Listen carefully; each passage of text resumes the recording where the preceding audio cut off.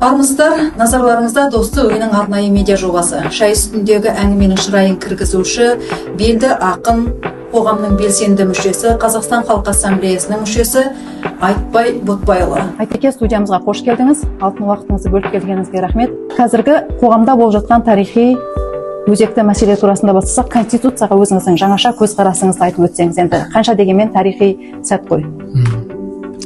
Сол заңды өзгерту, оны халыққа жеткізу коалицияның осы облыстағы мүшесінің біреуі болдық. Шамамыз келгенше халыққа жеткізуге тырыстық. Енді уақыт төреші деген дүние бар. Кез келген дүниеге біз сол мезеттің, сол уақыттың жаңағы мүддесімен қараймыз ғой. Ал уақыт бәрін көрсетеді, уақыт келе. Көп жақсылықтар бар. Мысалы, басқасын айтпағанда, мына отбасы неке заңына байланысты бұрынғыда әке шешесін қарттар үйіне апарып тастай салу, оларға құрмет көрсету заңмен қолданылады да. Қазір мысалы осындай бір жақсы жақтарда көп. Мысалы, мына бизнес жағында болсын, жаңағындай мына шығармашылық, ұлттық құндылықтар туралы бірінші рет заңға, сосын адам капиталын, адамның мәртебесінің жоғары қойылуы, мысалы, бұл заңның бір артықшылықтары деп айтуға болады. Бірақ Құдайға шүкір, енді заң қай уақытта жүзеге асады? Оны оқып, өзіне керек болған кезде, сол кезде ол заң жүзеге асады. Енді сіз халықаралық қазақ тілі қоғамының белді мүшесісіз, төрағасысыз. Осы бағытта атқарылып жатқан жұмысқа азген тоқталып өтіңізші. Қанша дегенмен енді тіл татулық құралы деп жатамыз. Мысалы, мен өзім филологпын да, мысалы, қазақ тілі әдебиетінің мұғалімін, қоғамда өзім белгілі бір қызметтер атқарамын. Менің жасап жатқан, істеп жатқан амалым бар, сол қазақ тілінің қоғамының, жалпы қазақ тілінің, қазақ елінің, ұлтымыздың, мемлекетіміздің мүддесі үшін істеліп жатқан дүние деп ойлаймын. Енді ата заңдағы айтулы өзгерістерде сол отбасындағы құндылықтар, жалпы ұлттық құндылықтардың бағасын білуге, соны жете түсінуге әкеп жатыр ғой. Егер Абай айтқандай менің қолымда билік болса, түзелмейтін ауру қалса да әдет қалмайды деген адам тілін кесіп аладым дегендей, менің қолымда билік болса, мен ең бірінші құндылықты отбасыға қоятын едім. Мысалы, енді таза Қазақстан деген күшті акция жүріп жатыр, бүкіл қолдап, Құдайға шүкір тазаланып жатыр. Енді мен ойлаймын, енді осы отбасылық құндылықты ең бірінші дәрежеге қою керек та, мысалы. Ал отбасы деген ол мемлекет. Ал мемлекеттің күшті болуы ол отбасынан басталады. Сондықтан қазір бірінші кезек мемлекет отбасы құндылықты бірінші қою керек деп ойлаймын. Теңізден тамшы құралады дегенде, тамшыдан теңіз құралады дегенде, әр отбасы күшінде жақсы ұрпақ тәрбиелесе, сондай. Мысалы, менің әкем, шешем де, мысалы, 8 бала тәрбиеледі ғой.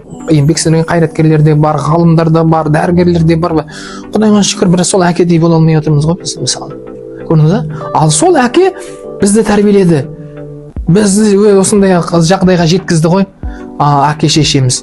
Соның арқасында осындай мемлекетке, ұлтқа пайдамыз тиді деп ойлаймын, тиіп жатыр деп.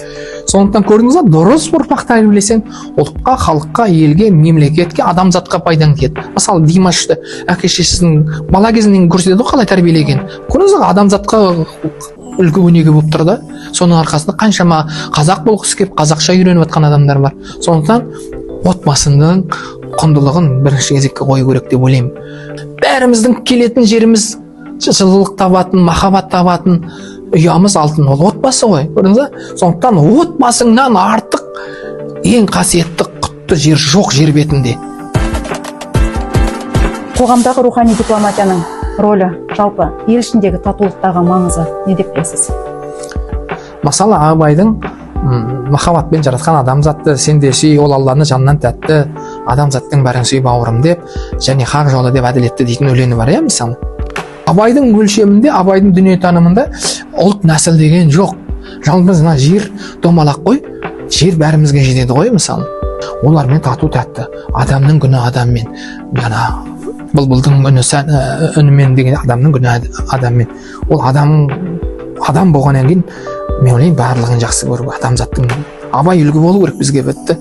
Адамды ұлтқа, нәсілге, ұлттың жаманы болмайды, адамдардың жаман қылықтары болуы мүмкін. Бірақ осы, мысалы, достық, осы мемлекетіміздің бір кепілдігі отыр ғой, тыныштығының, мысалы. Жартыны жарып жеп, бүтінді бөліп жеп, адамзаттың бәрін сүйіп, бауырым деп осылай мысалға алып қалғанның арқасында. Бұл қоғамда адамбыз, адам бір-бірін түсіну керек, бір-біріміз жағдайларымызды қарауымыз керек. Сондықтан татулығымыз, береке бірлігіміз арта берсін. Халық кеңесі бір жақсы жолға түсіп, ізгілікке, игілікке бастайтын берекелі ұйым болсын. Әмин. Олай болса енді бүгінгі алтын уақытыңызды бөліп келгеніңіз үшін, жалпы сүбелі сұхбатыңыз үшін осы уақытқа дейін қоғамдық келісімде татулықта тұрып жатқан ел ішіндегі өзіңіздің апталдай бір жанашыр, ұлт жанашыр деген азаматтардың бірісіз. Айтылып жатқан тілектеріңіз Алланың құлағына шалынсын, қабыл болсын дегім келеді. Көп рахмет.